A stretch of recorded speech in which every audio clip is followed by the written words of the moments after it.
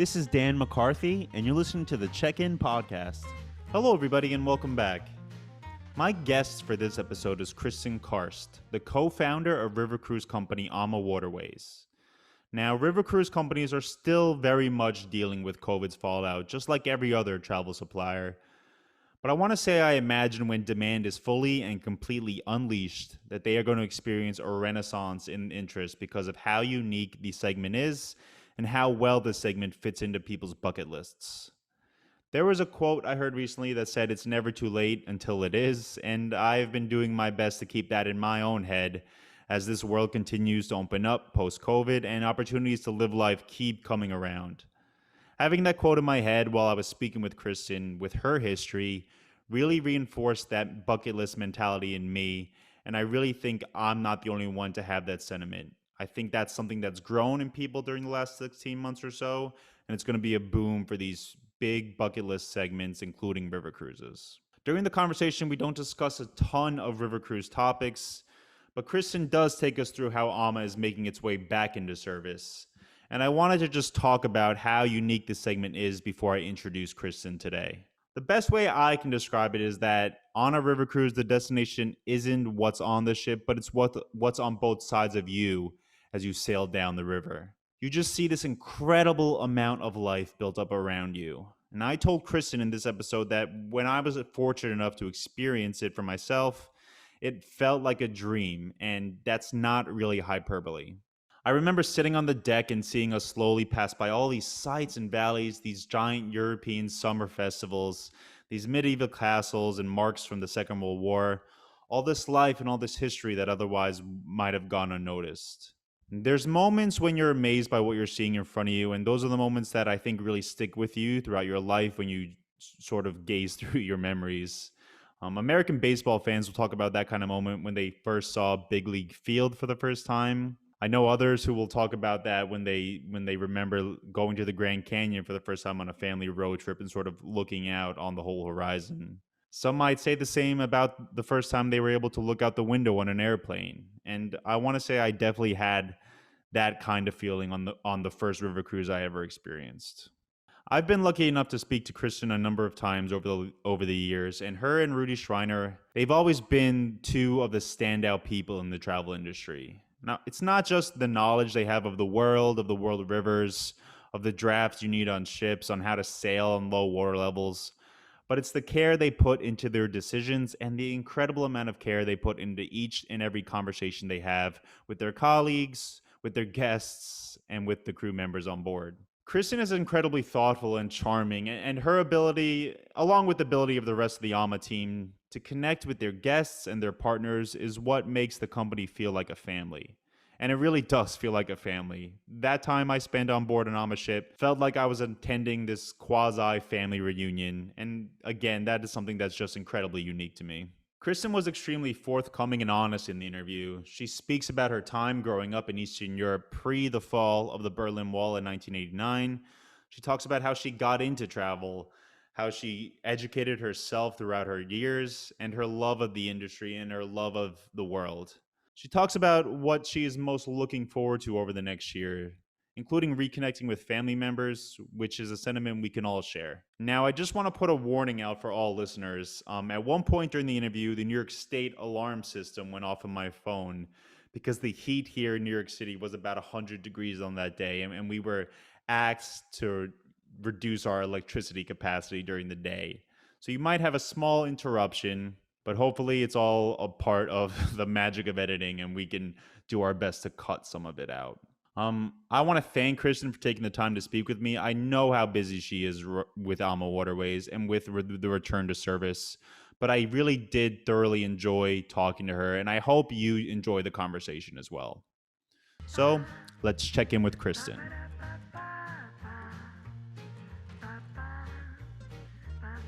Hi, Daniel. Hi, Kristin. It's very nice to see you. Yeah, when was the last time? Maybe 2 years? Yeah, I think we spoke earlier in the pandemic, but I haven't seen you in person. I don't think maybe 2019. And I think the last time I saw you was the christening of the Amamora, I believe, right? In summer 19. Yeah, right? I can't believe you remembered. Yeah, that was the last time. That was in Amsterdam. It started in Amsterdam, I remember. Yeah, Yeah. yeah, yeah. So how have you been? How was the year for you? I've been good. I've been good. I've been healthy. I think that's probably the most important thing. And Yeah, my family's been healthy, which is yeah. always of most importance too. But yeah, I'm in New York, so things are starting to get back to normal here. The tourists are starting to come back, which is nice to see. Yeah. What about you? You're in California, correct? Yes, I'm still in California. We actually just finished our anniversary sip and sail event. Tomorrow, actually, July 1st, is our 19th company anniversary with AmaWaterways. So the night from June 30 to July 1st, we incorporated AmaWaterways in 2002. And so now, of course, it's perfect timing because on July 3, we start with our very first cruise again in Europe on the Douro, the Amadoro. So the cruise manager today welcomed many guests for the pre-land program before the cruise starts. And he had tears. I mean, we all had tears in our eyes. It's such a wonderful way to rejoin. And so we are dancing the happy dance. And then I'm leaving for Europe next week. And I will open the season in France. I will be on Ama Christina. July 22, the ship starts in Avignon on the Rhone. And the same week, we open on the Amalura on the Seine River. And then the week later in Bordeaux on board the Ama Dolce. And Rudy will be on Ama Magna, July 21st, to open the season on the Danube. And then, of course, we have two christenings coming up on the Rhine. I mean, we were busy building ships, so Ama Siena and Ama Lucia are coming in late August. We do the christenings. And from there, we go to Egypt because the Amadalia, our brand new ship for the Nile River, is in the final construction. And that will be the maiden voyage starting on September 6th. Lots going on right now. Yeah, that I mean, it has to be relief though after spending last summer with very little plans, I assume, to have all these plans in the works and to be looking at a full schedule. I mean, I know a lot of people even who love to travel will get overwhelmed by that kind of schedule, but it has to be exciting for you. Yeah, no. It was quite a year. It was a busy year, but it was a different year. And you said in the beginning, you kept healthy, we kept healthy. We were actually able to do a little bit more for our health by taking an hour per day, to either go swimming or walking or doing the exercises that we all need. Yeah. Yeah, so that was all fantastic. A lot of thinking, how do we push everything forward? But now it all comes together, and that's the part that we can almost touch it now, right? I mean, the reality is coming back. Yeah. Yeah. So Is this the longest you've spent outside of Europe since I guess you moved over yeah, here? yeah, absolutely. Of course, it is the longest. Yeah. And you're from Dresden, is that correct? I'm from Dresden, from the Elbe River in Germany. Yes, Okay. that's right too. And Okay. in fact, when I go over there, obviously I open the season in France, but I also will see my family. It's my dad's 88th birthday, and we will go on the Elbe with one of the nostalgic paddle wheelers, right? Because that's the way how I grew up. My family and we will enjoy a nice day trip, boat trip on the Elbe again. Now that river is difficult to sail. Is that what I read? The Elba is typically difficult to sail because of the water levels there. Because of the water levels, of course, up and down. It can quickly go high, it can quickly go low, right? Okay. And that is, I don't know if you know, but when we created the Ama Christina, first we wanted to bring this ship to the Elbe River. And then at one point we decided, no, with the global warming, with the climate change, it doesn't make sense. And it's good we didn't, because Okay. really all these years have been difficult. But the day boats, the paddle wheelers, I mean, they can definitely do quite something. Yeah. Yeah. It is an interesting experience, and congrats. I mean, I'm sure you're anxious to see your family too, and Yeah. to Oh, get yeah. back to Dresden. I'm curious because we hear Dresden's sort of a big part of U.S. history. Like when we read history books in high school, I remember learning about Dresden. And what was it like growing up in Dresden? Like, was there like this significant legacy, like historical legacy there in the city? Because I know we talk about it in the terms of World War II in like U.S. Yeah, history, but I'm curious, yeah. like, what was it like growing up there? Look, I mean, the way I grew up, obviously I didn't know anything else, but I grew up in a very, very happy family. There was a lot of social support. I mean, we had everything. I think there is a little bit of a different perception when many people from the outside think it was a dark area. It wasn't dark at all. I mean, I had a beautiful childhood. My mom was a teacher. My dad was a forest engineer. You know, they had probably more time for us then than many parents have today for their children. There wasn't the peer pressure. Obviously, we didn't have these branded jeans or, you know, where we would as kids today. When we moved to California, my daughter was 5. I felt she had so much more peer pressure here than I ever had. Yeah.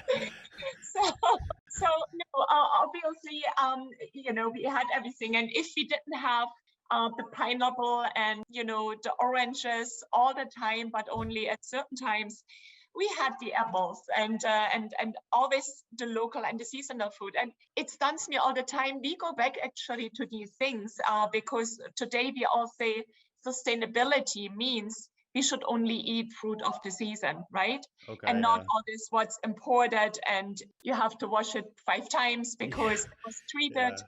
with so many things. We didn't have it. It was a lot of things were handmade, homegrown, and just very good. Obviously, the only thing that we didn't have was the travel benefit because in Eastern Germany, you could travel to the eastern side. Okay. So I was able to see the big Soviet Union then, all the different states there. I was able to see at an early age Hungary, the Czech Republic, Poland, Romania, Bulgaria, all of this.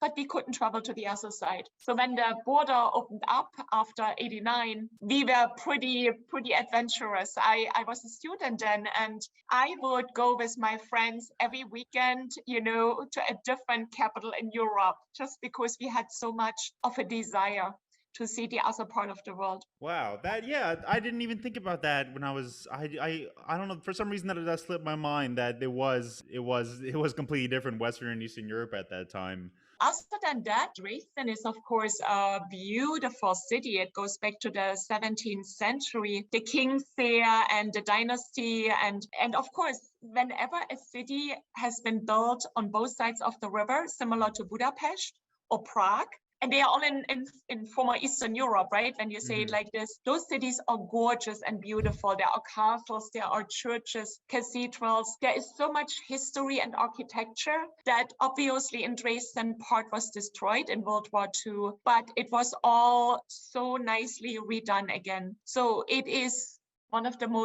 actually the most beautiful city in Germany today again. Okay, I haven't been to Dresden, but I promise I'll take your word for it. I think I spent some time in Berlin when I was in college. We did a little tour of Europe, so I spent a couple days in Berlin. And Berlin is great, of course, from a political side. It's the capital now. It also Yeah. has the eastern and the western part, but Berlin is big. It's Yeah. also, there was lots of construction going on, all of this. Dresden is much smaller, so you can walk it like Prague. You can walk through the city in a day, right? And Oh wow. see all the different things. And that makes it really, really so lovely. Well, I'm glad you're getting to go back there after such what seems like a long absence. Exactly. I mean, I can't imagine. My family's all in New York, and I mean, we had to avoid each other at the beginning of the pandemic, but eventually, I Yeah, guess you get a little more comfortable. of course. And Yeah. yeah, so I mean, I do not envy the people who couldn't see their family during the pandemic. Yeah. It's such an Yeah. important thing. And Yeah. then No, you look happy. So that's nice. So you studied hospitality when you were at university too, didn't you? Your goal was to get into the travel industry one way or another. Yeah, absolutely. I mean, at age 14 or 16, I actually started to work in the then local or government travel agency, always in my school breaks, because I see my mom, she was a Russian language teacher, and as such, she got the opportunity to be a tour guide to travel to the former Soviet Union, Russia, and she took my brother and me and of course my dad, on these trips from an early age on. So that's when I fell in love, not just with day boats and the Elbe and the river, but really with travel. And so I always wanted to venture out into this world. And tourism, obviously, in former Eastern Germany, there was a small part of incoming tourism, yeah, but we couldn't travel out. And there was one group per year that was able to study travel and hospitality, to work later, you know, with the German airline or in the hotel business, in the government travel agency or so. And so good grades were very important. Actually, exceptional grades were very important then, but that wasn't enough. So you really had to show your involvement and your dedication. And that's what I did by working always in my school breaks there, helping, like, of course, like a 16-year-old can do, you know, you're basically the gopher for everything, right? Yeah, exactly. Yeah. But you learn everything in every department from the ground.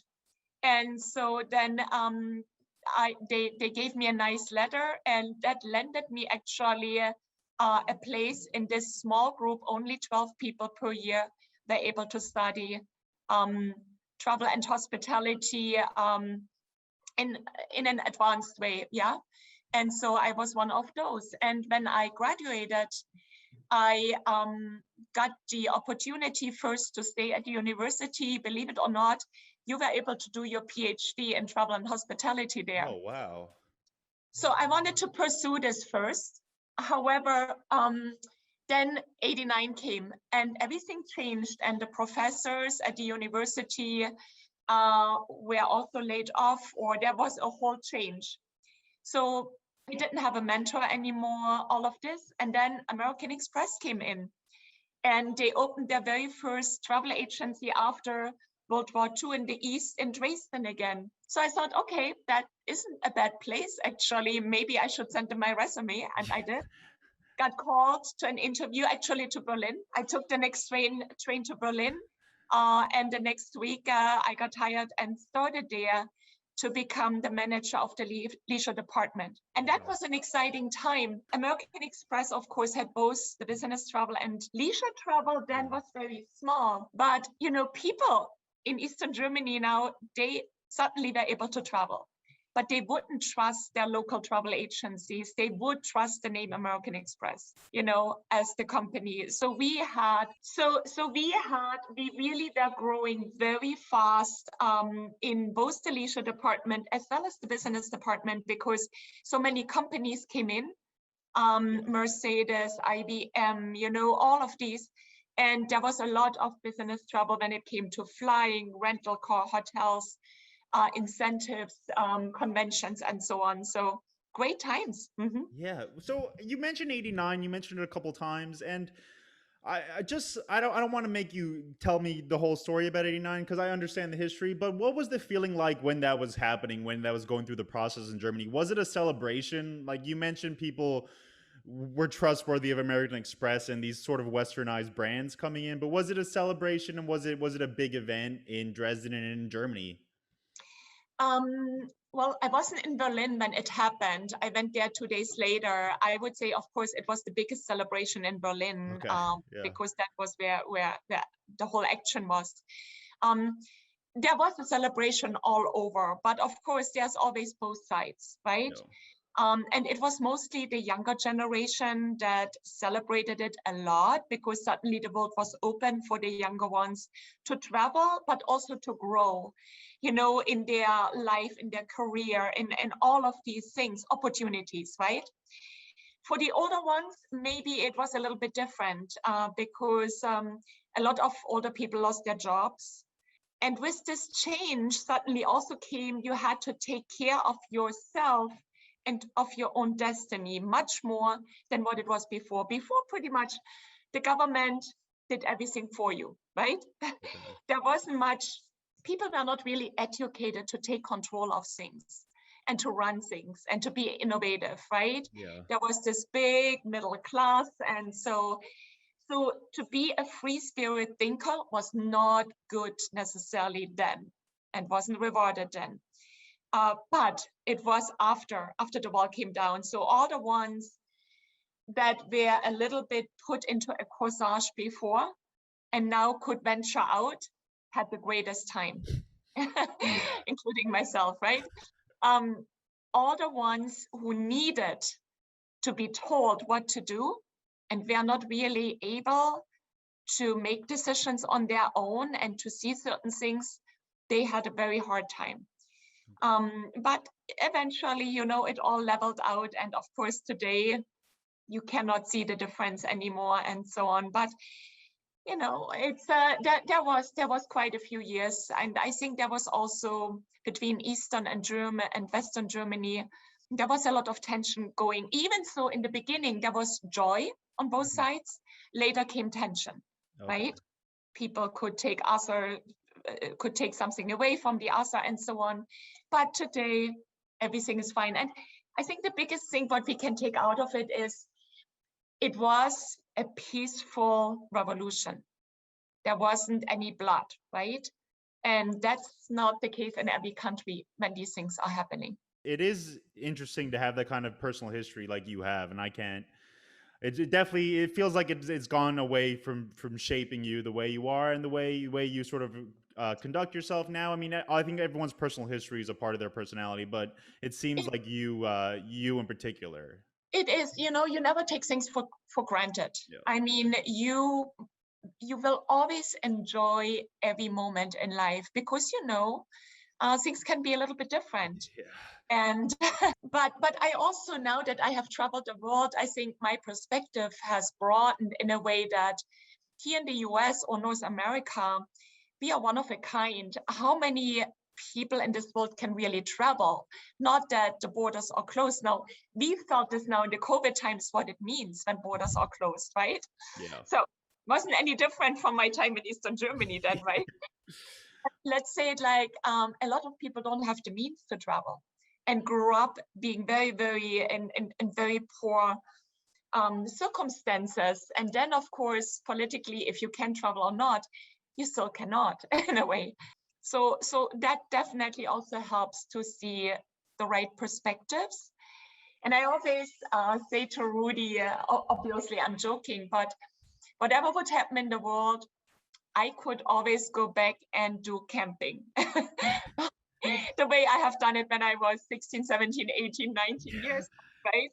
And I enjoyed it. I really enjoyed it. And I wouldn't mind going back to the camping ground, but obviously it's nice to be in a beautiful hotel with a swimming pool as well. Yeah, exactly. Well, I mean, you mentioned Rudy and like you just mentioned the experience in '89 and growing up in Dresden. And I mean, just thinking back to me being in the travel industry, Ama's been through a lot, not only through COVID, but there was the 2019 fires sort of displaced the company for a little bit too. So it seems that Ama's continuously had to be resilient and had to be able to sort of put things in perspective and deal with the unexpected things constantly. Would that be something correct to say? Absolutely correct. And not just the fires, right? I mean, in travel, we have gone through so many things, the terrorism, 2008-9 economical turndowns. So see, when we started the company, that was right after 9/11, in a way, the war with Iraq, SARS, the first SARS was then. Yeah. So we started the company at a very difficult time. But we knew when we saw the pent-up demand coming, so we knew every time something would happen again, there will be a lot of pent-up demand. So we always saved for the rainy day. We never went overboard. We grew very methodically, right? Yeah. Always quality over quantity, strategically very well aligned, because we knew things can happen easily. But then that's why we never gave up. We know whatever's down, there comes a next tomorrow, a new tomorrow. And I believe when we grew as a company and we hired a lot of new people, Rudy and I took it on ourselves to always do the introduction to the company for the new hire class, so that they learn about our history, our culture, that, most important is when all the phones are ringing, we all take the phones, right? we all can do reservations when it needs to be done, right? Yeah. So this very hands-on approach that not so many companies maybe have today, when there is a lot of hierarchy, we don't have it. We always say we work with each other. We work and not, we don't have these so much. And that's what our people enjoy, yeah, that we all have one goal. And at the same time, I always feel very fortunate that we were able and are able to surround us with people. Maybe they are drawn this way to us, people who are little entrepreneurs themselves, have the same core values and the same genuine approach, and are driven and want to grow, but not in a prima donna way, but they want to grow in a very genuine way. Yeah. And that's the natural growth that usually happens with people in a company. And and then of course they can understand the young ones much better again, and nobody can tell us how hard it is here and there, because we have all done it ourselves. So there is this mutual respect that is just there. Yeah, even when I was on board with, I was fortunate enough to be on board with you and Rudy. It just seemed like, if you mentioned it was the culture, but there just seemed to be a level of kindness and thoughtfulness in every single interaction I had with. It was, whether it was with you or Rudy, or whether it was with someone on board serving, or anybody on board. It seemed like there was this company culture that sort of soaked through everything, and that's what I was curious about. I mean, you mentioned it was part of the hiring process, but it is a conscious choice to sort of promote that kind of culture and to make sure people interact with each other and with guests that way. Yeah, and I always say we always grow by our own mistakes, right? Yeah. So if something is happening, nobody should yell. It's nobody's fault in a way. We should all learn from what happened and be kind to each other. And because I know our crew members, there are so many gentle acts of kindness they do for our guests on board on a daily basis. And, they do it even so maybe nobody sees it, right? Or the boss is not just there also.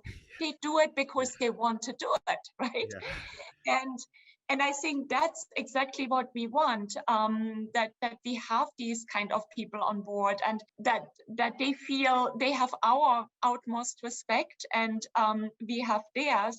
And again, we have one goal, and the goal is the happiness of our customer and the successful company this way. We were not money driven in the beginning when we started a company. We started a company because we wanted to create something, the best river cruise experience, something that we would want to do and enjoy. And the money came later, right? But it wasn't, and still isn't today, the biggest purpose to create a company. And I think everyone is really on the same page. And Rudy says always, most important is when you are on a job that you have fun. And we should always give ourselves the space to have fun, no matter where we are. If we don't have fun, we will leave it at one point, and the clients will see it. And that's how it is, how it was in the beginning, and how it is today. And the rest, I have to say, the kindness, my parents, I want to go back to my parents. They were very instrumental in the way they raised my brother and me, with lots of respect, yeah. And so were our teachers at school, all of this. So I grew up in a very, very kind environment where everyone respected the other one. And that's just natural that it continued all the way. And we also have a lot of employees on board, the crew members, they come from Eastern Europe. So, and Eastern Europe, even then I mentioned Eastern and Western Germany, but the Eastern ones were always, not always, but so often treated as second class, but they can be sometimes smarter. Okay. The education was really, really second to none. We had an excellent education. All these countries had a wonderful education, but then just the opportunities were not there. And so that's why when I see these crew members and I know how good they are, again, I want to pay my respect, because they don't deserve to be treated as a second class, never ever. We are all human beings and we are all the same. Wow. Yeah, that is incredibly interesting too. That the sort of the legacy of his history has sort of transformed the way people treat each other is incredibly interesting to me. And I wanted to ask you, because you speak about Ama and you speak about river cruising with such passion. I was curious. Do you remember your first time on a river cruise ship, and do you remember sort of what you felt or what the experience was like when you got on board? Yeah, so not the day boats, right? Not the Not the paddle yeah, wheeler on the not the outer day rivers. boats. So Yeah. my first time. Yeah, it was actually on the Danube. My very first river cruise. Obviously, it was after 89. It was way after 89. I did other trips before. For me, it felt like, my God, this is the greatest thing, because you are cruising, you are seeing so much. You are cruising from border to border through all the different countries. You don't have to use the train, you don't have to fly, you don't have to think about the logistics. You can read a book on the sun deck, you can see the fishermen, you can see the birds, all of this. I felt it was the most amazing concept. And obviously, we all knew 20 years ago or so, river cruising was considered something for older people. When I cruised first on the river, I was probably 30 something years old, right? That is young, very young. And I fell in love already then with it. So that's why that actually was part of it, why I felt we need to break through this perception that river cruising is something for old people only. When I enjoy it, then all the other young people can enjoy it too. But we had to make some changes. So that's when we started our company. What is needed in order to change this perception? And so the bicycles were the first thing we brought on board. The free internet was part of it too, because that was the time of the internet cafes. But as a guest on board, how can you enjoy shore excursions when you go off the ship in order to look for an internet cafe, because you have to be connected, right? So you just cannot enjoy it. So the internet was the next we brought on board. And of course, with our compliments that the customers didn't have to worry about this. The next was, when people meet each other, become friends on board, they want to share a glass of wine with each other.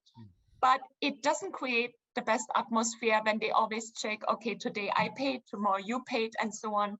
So why don't we include this? And wine is a culture, it opens conversation. And again, everyone has fun.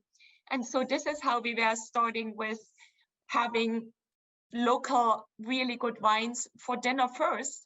And then later lunch became part of it too. And then later our complimentary sip and sail hour. So that was all a development process.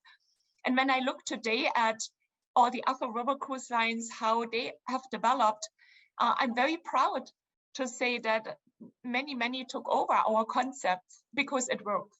Yeah. And I think that was very flattering for us. Yeah, that's what they say.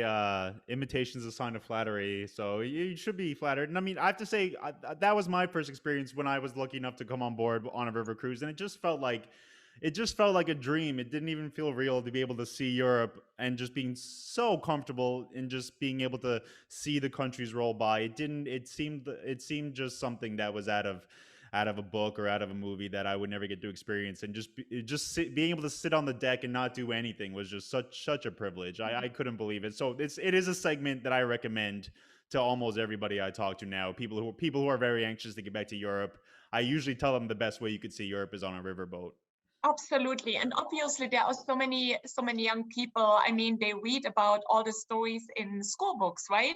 Or of course online today. But the best is really to see with your own set of eyes where your grandfather was born, right? And what they experienced, and to be part of it, to take it all in, to really feel, wow, I mean, he lived maybe 100 years ago, but that's me today, 100 years later, right?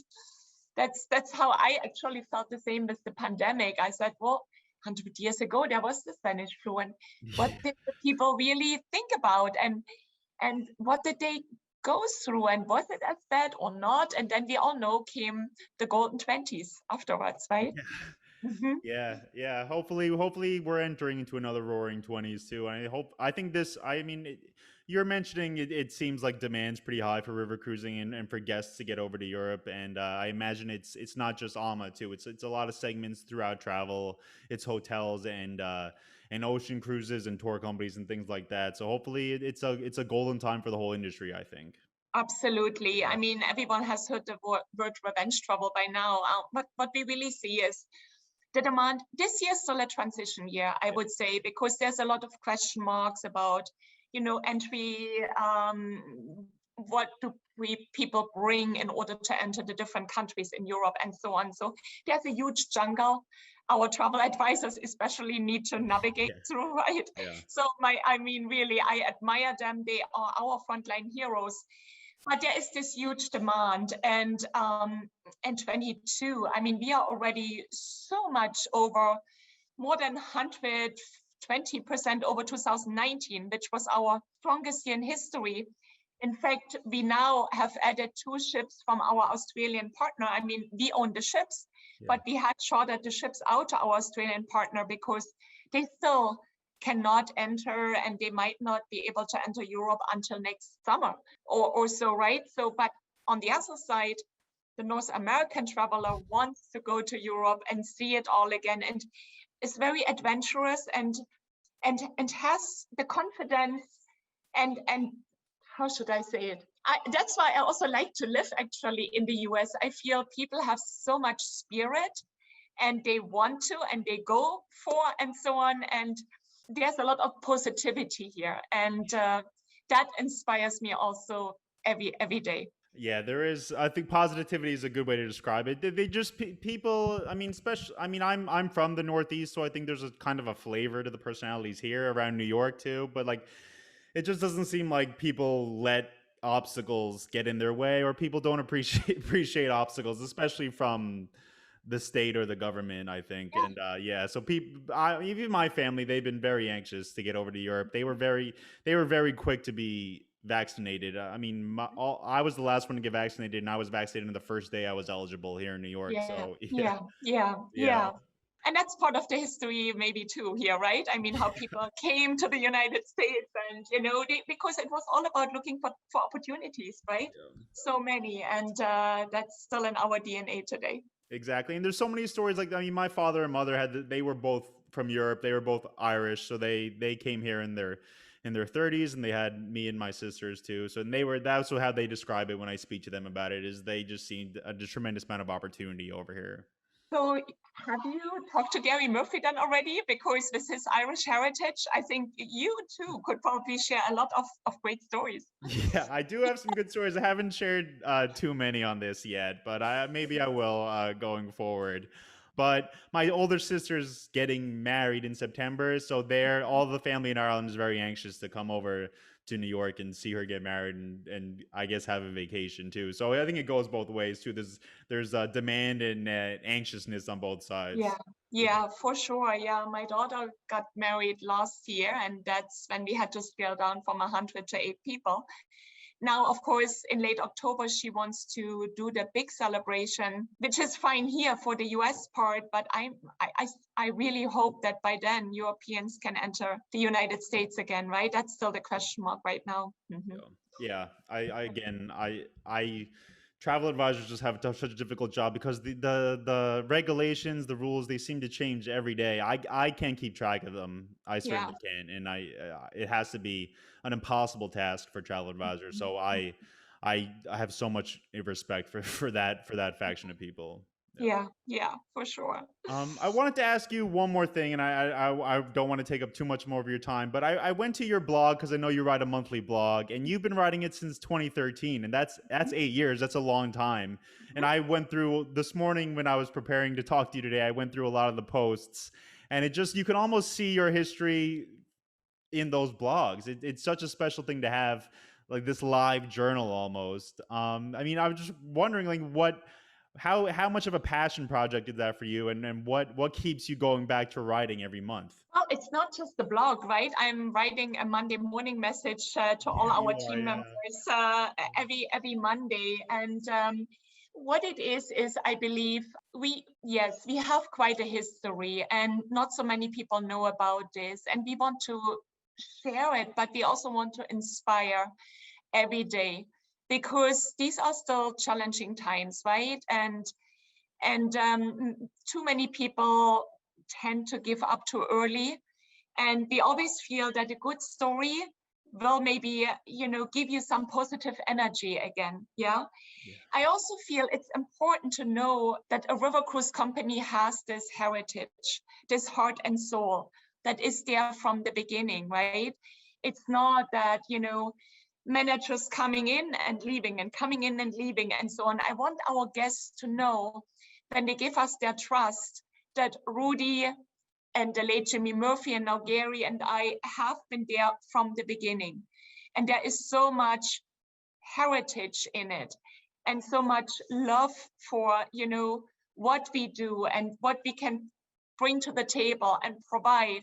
And that's when I always go and sit down and say, okay, it might be time for my next blog, right? And what could I share now? And sometimes it's just certain events or happenings that we just had where I feel, right, maybe I should just share it with all the ones who want to look into our website and know more about AmaWaterways. Yeah. And of course, it's also bringing the team to life, not just us, the entire team, everyone who is part of the company. Our crew on board, the cruise managers, even the chef, the favorite cake of the chef, and because they are all part of this beautiful company and part of this success story. Mm-hmm. Yeah, well, it is a success story. I mean, you'll be celebrating 20 years next year, which is 2 decades. Is there big plans in the works for a 20-year celebration, or is it again you taking it 1 year at a time right now? No, that is a little bit too far away now next year. So no, I mean right now, let's just get started with everything in Europe again, and hopefully we can start in Asia afterwards and so on. Let's get all the ships back to the rivers and the crew members to work and the cruise managers. And then hopefully next year we will have the biggest celebration ever, right? Yeah. Well, I want to say thank you for taking the time to talk to me today too, because I know you're 3 hours behind me in California, so it's always difficult to schedule these kind of talks. But I do appreciate your candor and you're taking your time too. And congratulations on 19 years, which is going to be in a couple days. And I hope to see you. I very much hope to see you in person soon. Thank you, Daniel. Thanks again for giving us this opportunity. Really appreciate this, and always love your sparkle, Daniel. Thank you very much. And I can't say how much I am thankful for you always talking to me, no matter where I bump into you. Thanks so much. Until soon. Okay. All right. Have a good week. Yes, you too. Bye-bye.